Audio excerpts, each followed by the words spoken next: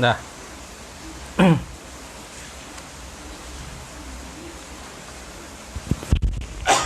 Assalamualaikum warahmatullahi taala wabarakatuh.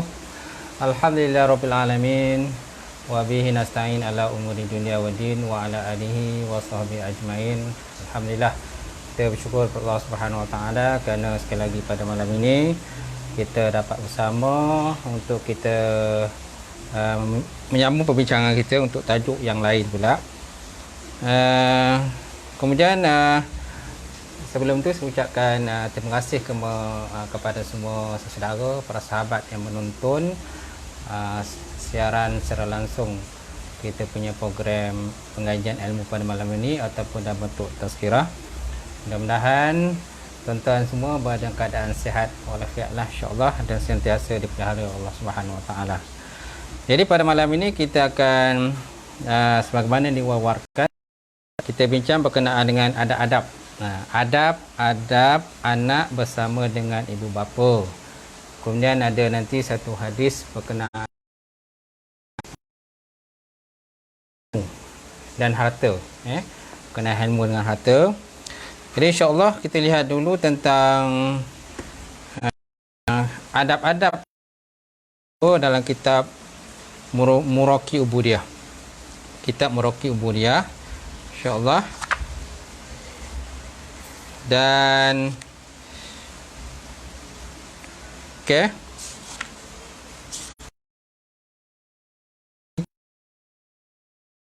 Dia ini ialah syarah daripada kitab Bidayatul Hidayah di Rahimallahu taala anhu insya-Allah. So jadi pada mana kita lihat ada adab anak bersama ibu bapa. Yang pertama, jadi adab anak pada ibu bapa ini disebut dalam kitab ini, wa in kana laka walidani fa'adabul walad ma'al walidaini al-muslimina isna asyara.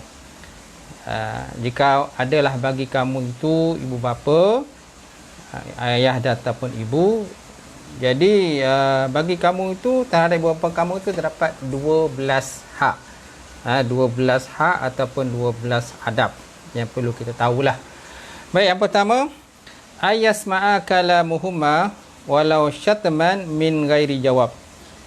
Yang pertama, adab kita, adab anak pada bapanya bahawa dia mendengar cakap kedua mereka walaupun dalam bentuk makian, min ghairi jawab, tanpa menjawab. Ayasma'a kalamuhuma walau syatman min ghairi jawab, bahawa seorang anak tadi mendengar akan kata keduanya, sama ada ayah atau ibu, walau syatman, sekalipun perkataan tadi mungkin akan mengguris hati dengan perasaan anak tadi, perkataan yang mungkin agak kasar yang diucapkan oleh seorang ayah atau ibu pada anaknya, min ghairi jawab, tanpa perlu menjawab. Sebab kalau seorang anak itu menjawab, kemungkinan akan seorang ayah ataupun ibu, kemungkinan dia akan bertambah marah di atas jawapan yang diberikan oleh seorang anak tadilah. Tapi ada masanya tak semua juga begitu. Ada juga kadang-kadang ibu ataupun ayah memerlukan jawapan daripada anaknya. Kalau seandainya anak tadi contohnya keluar daripada rumah pergi mana-mana tanpa beritahu pada mak ayah dia, sebab daripada mak ayah ni dia tak tahu juga anak dia pergi ke mana. Tapi naklah tanya dengan baiklah, kerana anak ni, separuh daripada anak ni kadang-kadang ada juga jenis yang jiwanya lembut, mudah terasa dan sebagainya. Jadi bagi anak-anak yang separuh pada anak ni kadang ada juga yang keras, yang agak nakal dan sebagainya. Jadi kemungkinan cara kasar, cara lembut mungkin dia tak boleh nak pakai, mungkin terpaksa kita menggunakan cara yang agak kasar lah terhadap anak kita. Tapi dengan tujuan untuk mendidik anak kita supaya dia kena faham tentang tanggungjawab dia kepada mak dan juga ayah dia lah. So yang pertama, adab anak pada bapa, ayasma'a kalama walau syatman min ghairi jawab, bahawa dia mendengar akan kalam keduanya, perkataan keduanya bapa tadi, sekalipun kemungkinan besar perkataan tadi mungkin dalam bentuk makian, kutukan terhadap dia, kan, min ghairi jawab, tanpa anak tadi perlu menjawab. Kerana bila jawab nanti kemungkinan besar akan terjadi pergaduhan, permalahan lebih besar dan sebagainya. Kerana diam tu adalah lebih baik. Jadi seorang ayah atau ibu mungkin kadang-kadang dia marah dan sebagainya. Jadi kalau anak dilawan perkataan tadi akan maknanya dua-dua akan marah kan, negatif dengan negatif kan, maka akhirnya akan bertembung dan sebagainya. Itu yang pertama. Kemudian yang kedua, wasani ayyakuma liqiyamihima tawqiran lahuma wa hifzan li hurmatihima wa in kana dunahu fi martabati. Yang kedua, bahawa hendaklah berdiri bagi berdiri keduanya.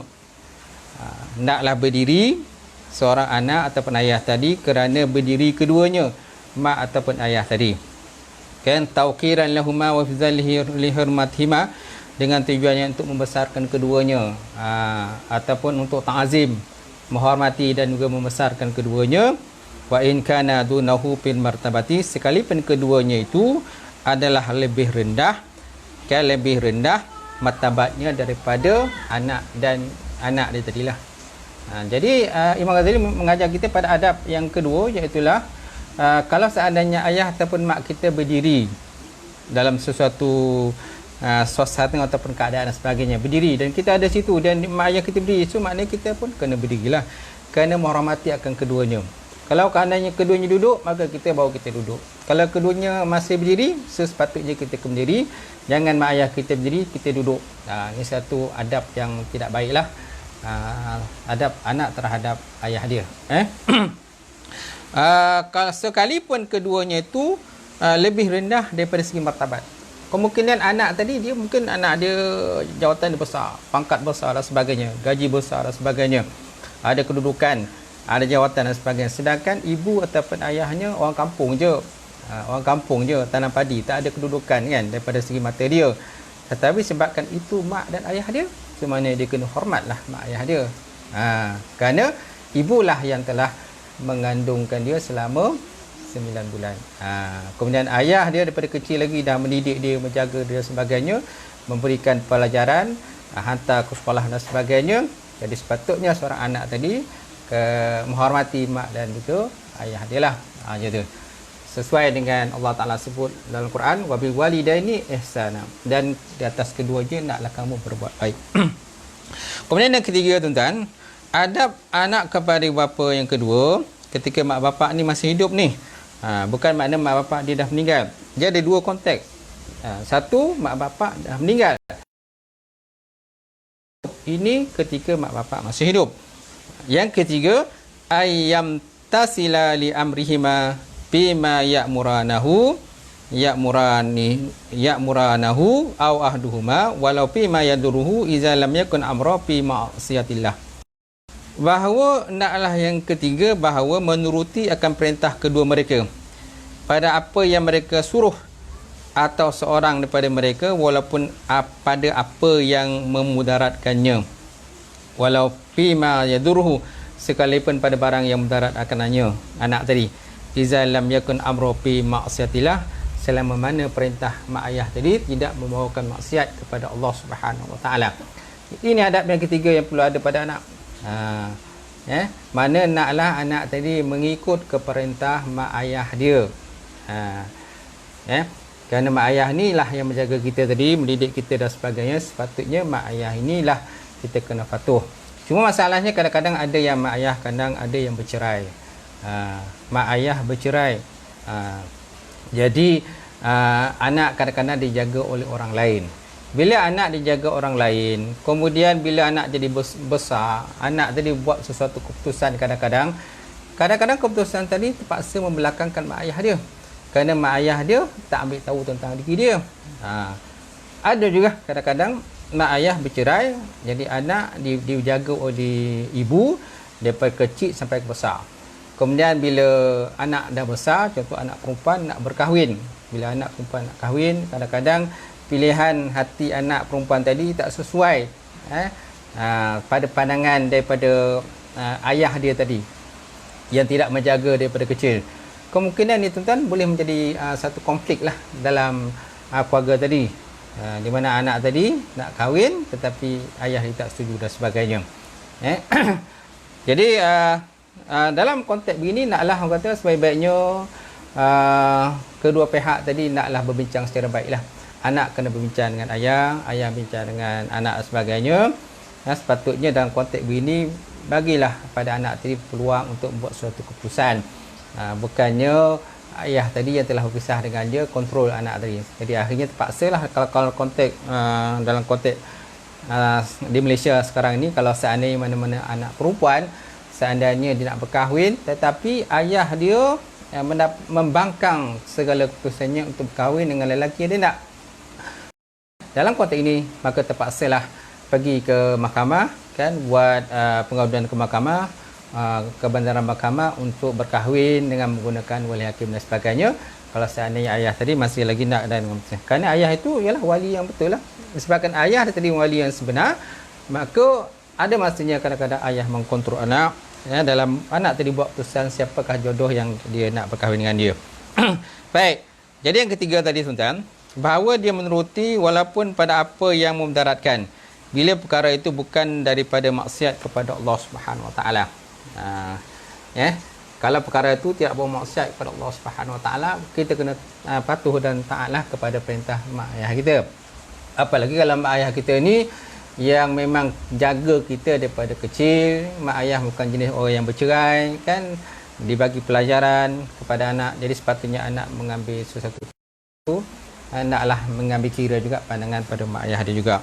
Kemudian yang keempat, alla yamshi amamuhuma ta'aziman alaihima bal yamshi biizaihima aw khalfahuma fa in masya amamuhuma li amri iktadahu hal pala ba'sa hina izin.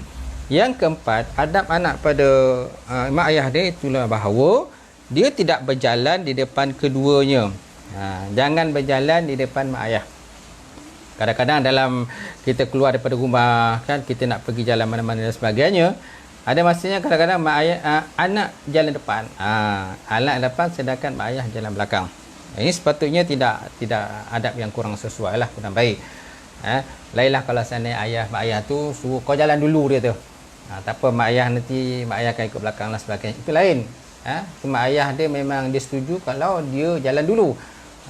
Tapi dalam konteks adab yang sebetulnya, yang sebaiknya, iaitulah anak tadi berjalan di belakang ataupun di sisi kiri kanan mak ayah dia. Sebagaimana disebut dalam kitab tadi, wa alla yamshi amamuhuma ta'aziman alaihima, dan bahawa dia dengan berjalan di depan keduanya, kan, jangan berjalan di depan keduanya kerana kedua tadi yang membesarkan keduanya, bal yamsi biizaihima aw khalfahima, tapi naklah berjalan di belakang ataupun di kiri kanan mak ayah tadilah. Fa in masya amamuhuma li amrin iqtadahu hal fala ba'sa izin. Tetapi kalau seandainya dia berjalan di depan mereka kerana suatu perkara yang dikenaki, maka tak salahlah. Tak salahlah kalau anak itu jalan depan mak ayah dia. Kalau seandainya ada suatu perkara yang mengendaki anak tadi berjalan depan. Tapi dalam konteks adab sepatutnya anak di belakang sedangkan mak ayah berjalan di depan. Okey, itu yang kelima. Kemudian yang keempat, kemudian yang kelima, wal khamis alla yarfa'a satahu fawqa aswatihima aw aswati ahaduhuma sulukan lil adab ma'ahuma wa kaza ukidal adab kama qala. Yang kelima, bahawa dia tidak meninggikan suara keduanya, suaranya lebih daripada suara keduanya ataupun salah seorang daripada keduanya mak ayah tadilah, kerana mengamalkan adab bersama dengan mereka. Ini adalah adab yang paling dituntut sebagaimana dikatakan oleh Imam Ramli dalam kitab Umdatur Rabih. Okey, yang kelima ni ialah satu adab yang paling penting. Kerana dalam kelima ni adab ni disebut Allah Taala dalam Quran. Wala taqul lahumā uffin wala tanhauhuma wa qul lahumā qawlan karima. Janganlah kamu pada keduanya perkataan uff, kan, dan sebagainya. Wala taqul lahumā uff wala tanhauhuma, janganlah kamu herdik keduanya. Wa qul lahumā qawlan karima, dan katakanlah pada keduanya perkataan yang baik. Kerana zaman banyak tuan-tuan berlaku pada zaman sekarang ni, anak-anak meninggikan suara pada mak ayah dia lah. Apalagi kalau mak ayah dia, contohnya mungkin mak ayah dia dah tua kan, mak ayah dia miskin dan sebagainya, sedangkan dia dia dah jadi kaya raya, duit banyak, ada jawatan, kedudukan dan sebagainya. Jadi dia kadang-kadang bercakap kasar dengan mak ayahnya sehingga mengguruskan hati dan juga perasaan mak ayah dia. Nabi Muhammad sallallahu alaihi wa ala alihi wasallam pernah bersabda, "Ridallahu ala ridha walidaini."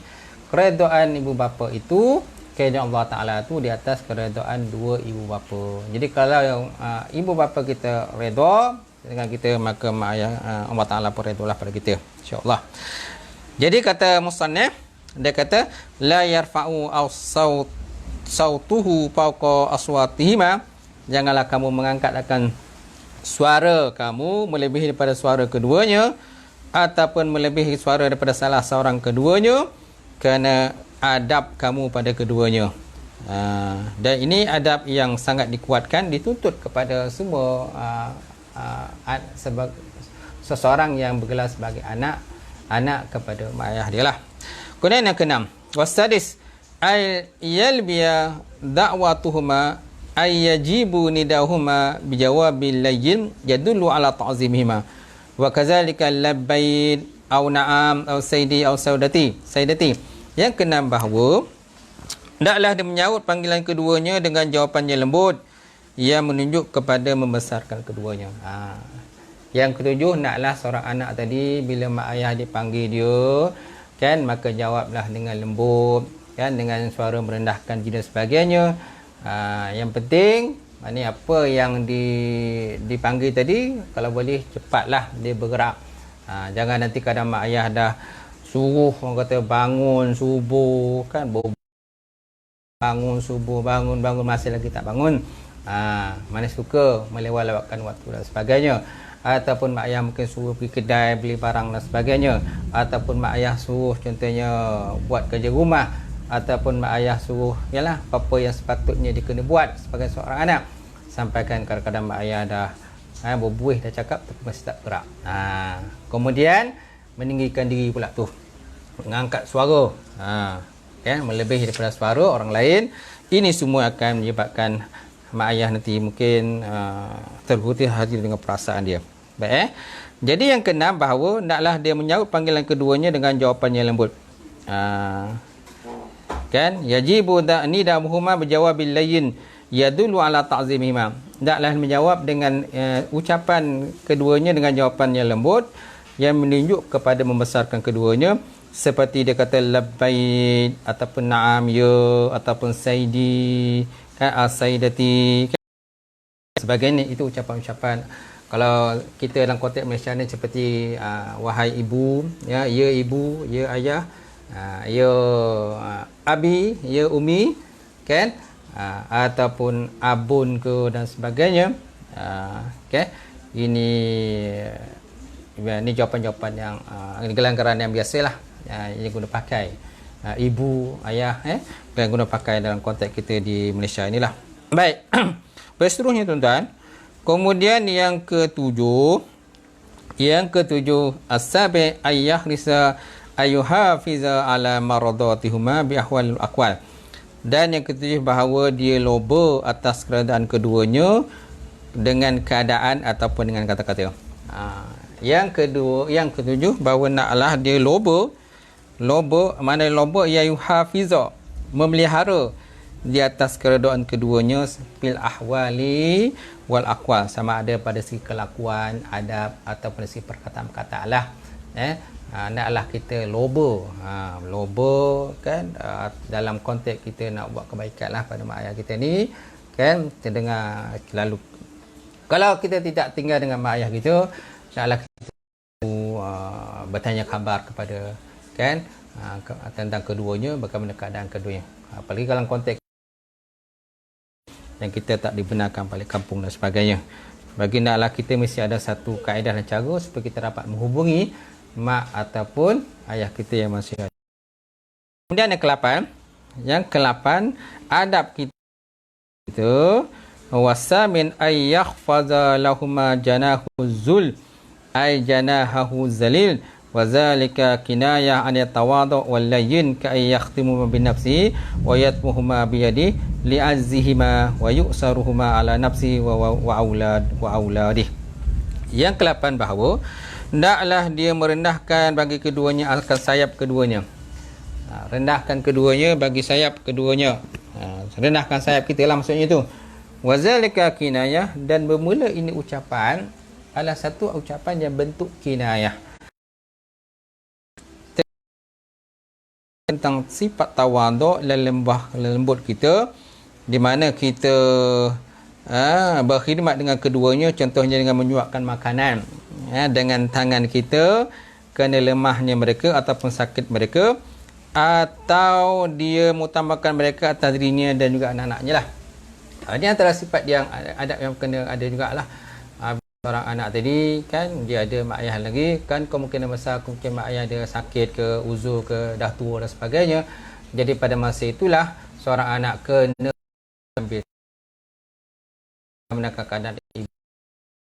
Kalau seandainya ziarah ibu dia, kalau mak ayah dia sakit, tak mampu untuk menyuapkan makanan dan sebagainya, menyediakan makanan, maka wajib-wajiblah pada mak ayah, pada anak tadi menyediakan makanan pada keduanya dan menyuapkan makanan itu kepada keduanya dan memastikan segala kebajikan-kebajikan ayah dan ibu baik. Itu teradab yang kena ada juga kepada seorang anak terhadap mak ayah dia. Janganlah sampailah mak ayah kita ni terlantar sakit, duduk kat hospital ataupun terlantar kat rumah, tak ada siapa yang nak beritahu sebulan kan, kemudian tak ada makanan, tak ada minuman dan sebagainya. Jadi ini merupakan satu akhlak yang tidak baiklah kepada seorang anak terhadap ayah mak ayah dia. Kemudian yang ke-9 tuan-tuan, wa tasi' alla yamunna alaihima bi birrihima wala bi qiyami li amrihima kayakula a'taitukuma kaza wa kaza wa fa'altu kaza kaza lakuma fa innal manna kan yaksurul qulub wa min zalika qila annal manna ahul manna ay imtinan bi ta'dil as-sana'i ahul qat'i. Yang ke-9 bahawa seorang anak tadi tidak mengungkit ke atas kedua ibu bapanya di atas segala perbuatan baik keduanya terhadap perbuatan baik anak kepada keduanya, dan dengan kepatuhan kepada perintah mereka, seperti bahawa dia katakan, aku dah bagi kamu ka ayakula ataitukuma kaza wa kaza, aku dah bagi kau ni banyak ni, jangan kau nak bising-bising, duduk diam je lah, wa fa'altu kaza lakuma, ataupun aku dah bagi kau, aku dah buat begini-begini pada keduanya. Dia jadi anak tadi mengungkitlah segala kebajikan-kebajikan yang anak tadi dah bagi pada mak ayah dia. Aku dah kirim dah duit ke kau, setiap bulan ni aku nak kena kirim, mana aku larat nak kirim banyak-banyak dan sebagainya. Jadi seorang anak tadi dia mengulakan satu perkataan yang tidak baik kepada kedua mak ayah dia lah. Kerana perbuatan yang demikian ianya akan memecahkan hati, yaksurul qulub, dia akan memecahkan hati kepada keduanya. Dari kerana itu dikatakan bahawa kerana mengungkit dengan membilang-bilang perbuatan baik itu, ni dalam konteks dalam bab termasuk dalam bab memutuskan juga.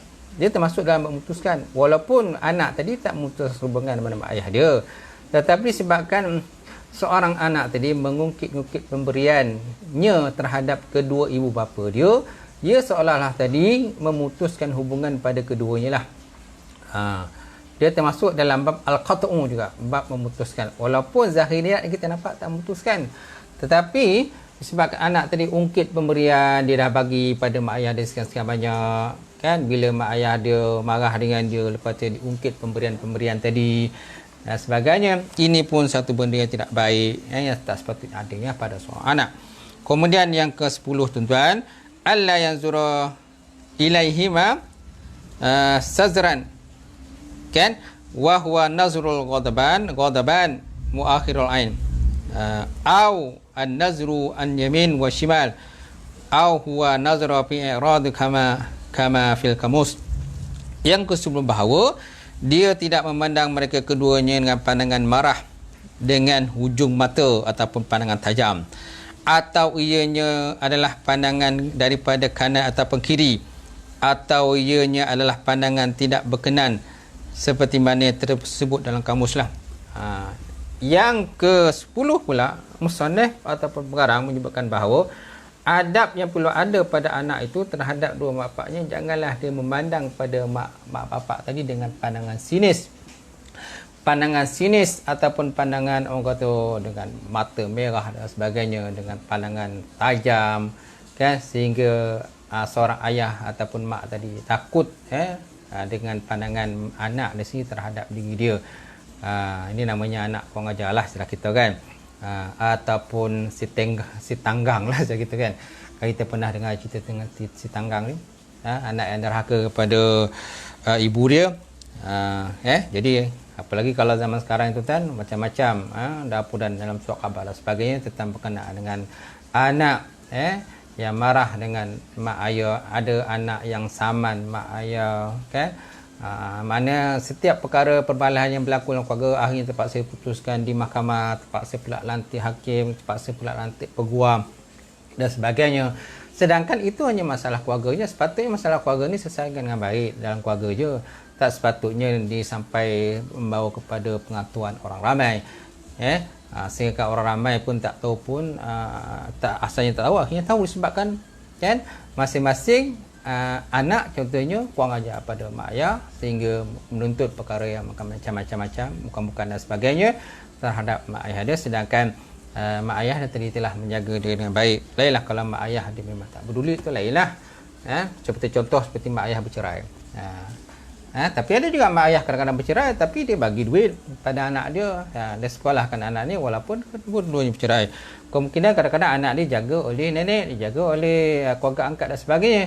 Walaupun dijaga oleh keluarga angkat, tetapi ada juga ayah ataupun ibu yang lebih berat tentang anak dia. Jadi dalam konteks begini tak sepatutnya seorang anak tadi derhaka pada mak ayah dia. Baik, kemudian tuan-tuan, yang ke-11 bahawa dia tidak memasamkan muka di hadapan keduanya. Wa alla yaqtifa wajahu fi wajhihima.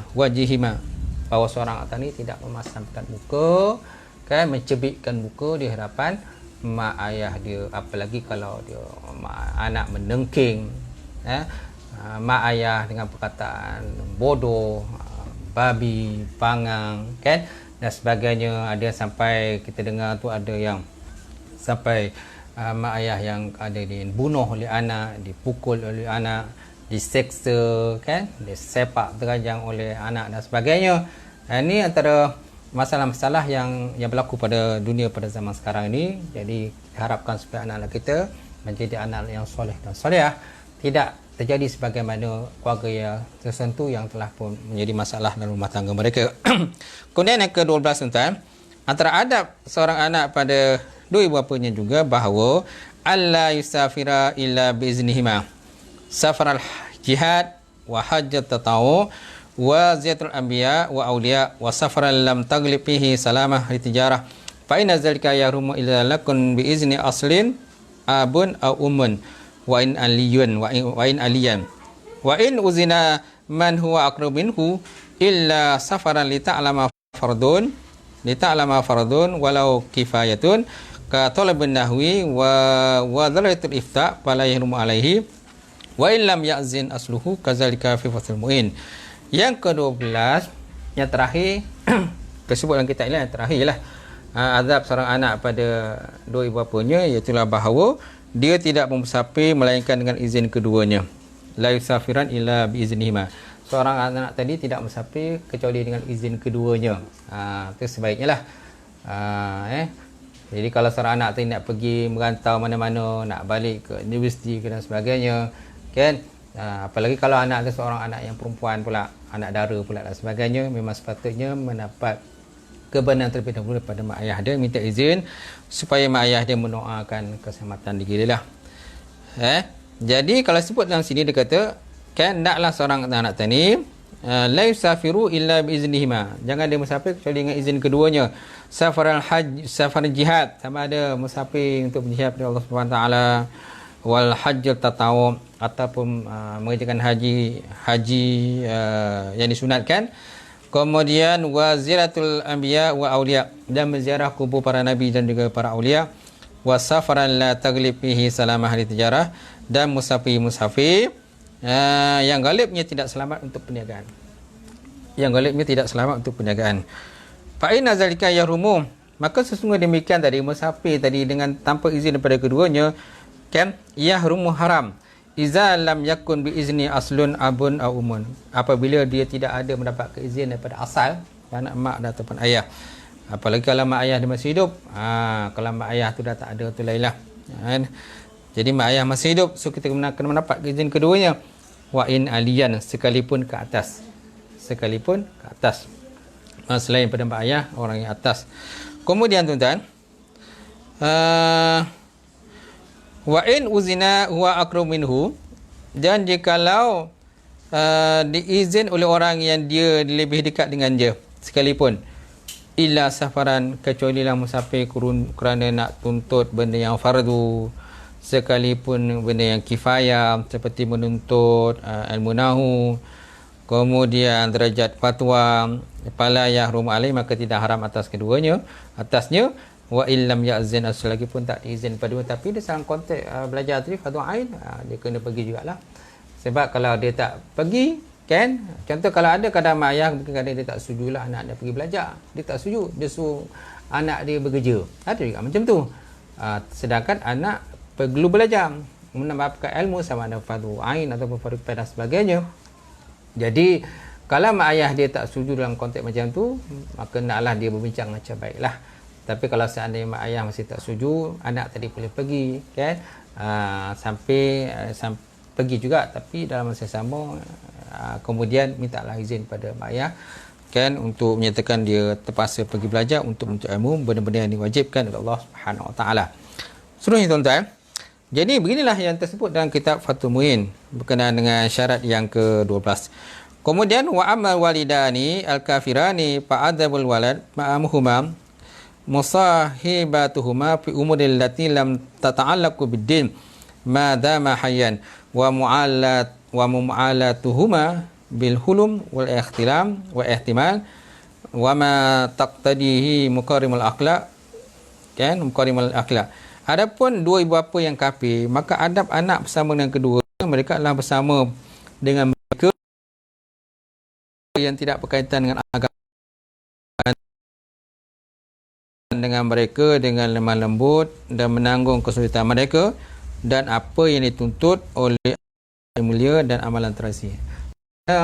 Kalau saya itu dia mungkin sebelum lain, kemudian dia masuk Islam kan, sama ada seorang tu lelaki atau perempuan masuk Islam, sedangkan mak ayah masih tak Islam lagi, masih sama ada agama Kristian ke agama Buddha dan sebagainya. Jadi seorang anak tadi sebaiknya janganlah memutuskan hubunganlah dengan keduanya.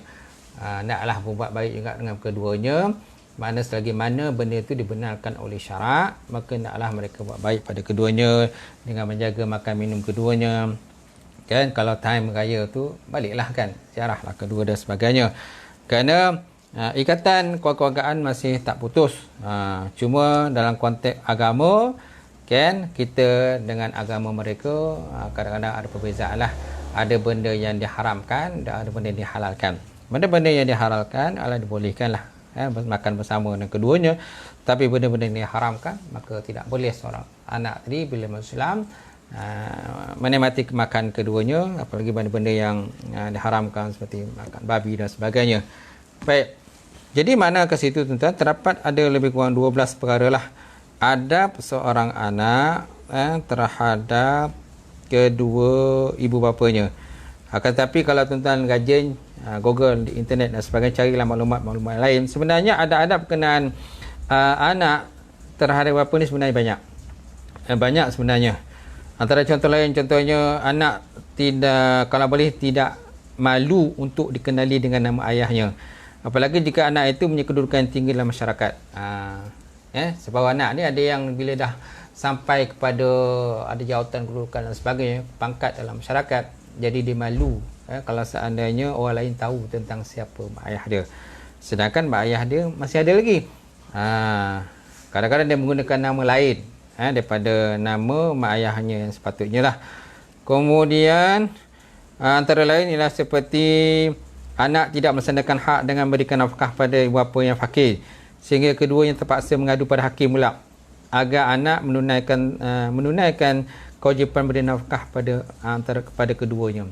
Sebab ada anak-anak yang derhaka, yang tidak beri nafkah pada mak ayah dia sebabkan mak ayah dia tidak sihat, sakit dan sebagainya, maka ada yang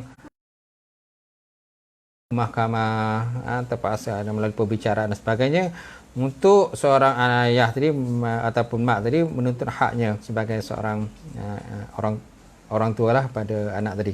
Baik, kemudian ada juga yang jenis kalau dalam satu perkara yang berat untuk diputuskan, sebaiknya seorang anak tadi panggilan mak ayah untuk mesyuarat lah. Mana mengajak ibu bapa musyawarah dalam satu perkara yang sangat perlu saja. Kemudian selalu mendoakan mak ayah. Ini pun penting juga, selalu mendoakan mak ayah kita. Sama ada mak ayah masih hidup dengan dunia.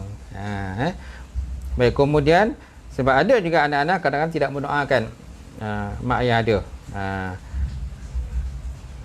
Apalagi kalau anak-anak yang tidak mengerjakan solat. Bagi anak yang mengerjakan solat, biasanya dia akan mendoakan mak ayah dia lah. Baik, kemudian jangan memutuskan perkataan atau menyampuk ketika ibu bapa bicara. Ketika mak ayah tengah cakap, jangan menyampuk. Sebab ada anak-anak yang kadang menyampuk cakap mak ayah. Dia potong cakap mak ayah. Mak ayah kadang-kadang tengah bercakap orang lain.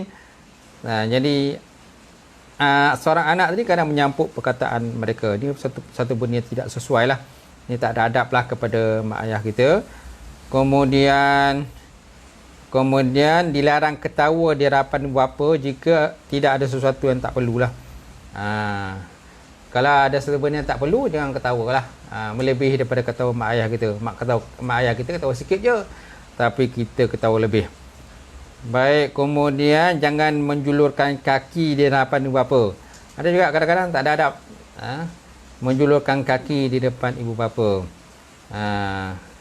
Tapi kalau kita menjulurkan kaki itu kerana mungkin kita punya lutut tu, kaki kita sakit dan sebagainya, kita terpaksa menjulurkan kaki kita di depan ibu bapa.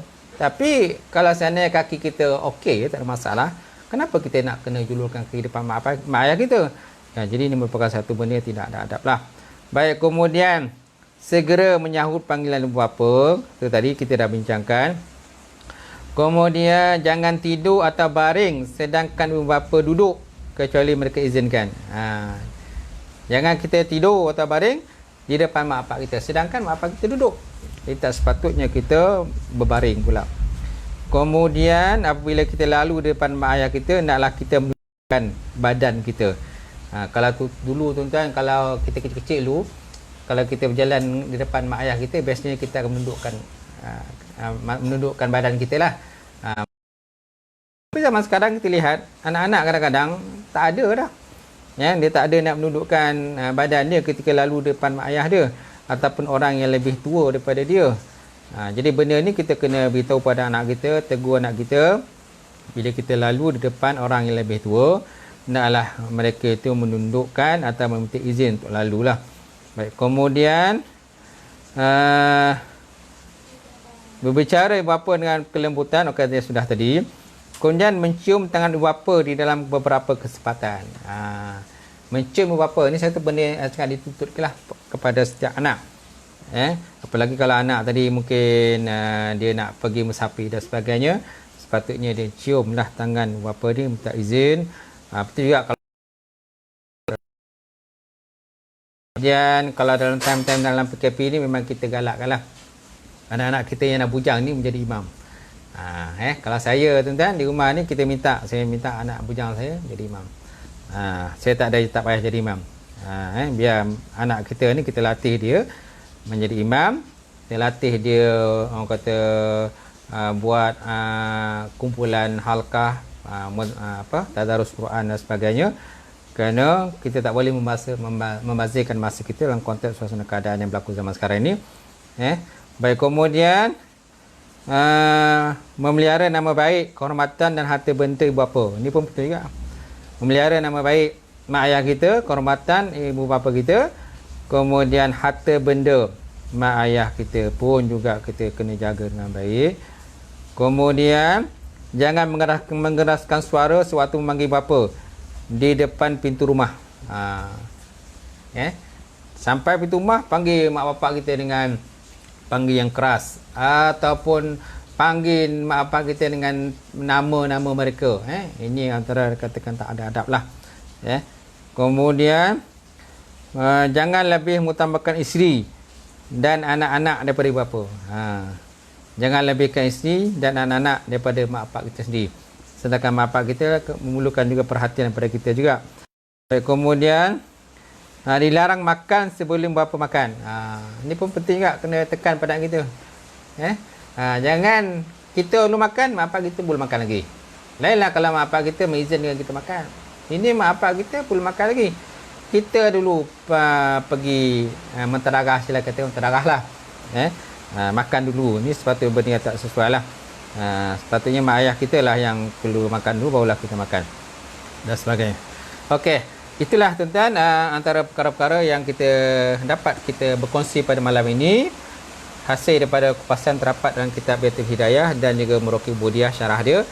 Mudah-mudahan apa yang kita bincang pada malam ini insya-Allah dapat bermanfaat pada kita bersama. Dan satu lagi tadi berkenaan dengan tajuk yang ada dua tajuk sebenarnya tapi tak sempat saya nak ulas. InsyaAllah di masa akan datang mungkin insyaAllah kita akan sambung lagi berkenaan dengan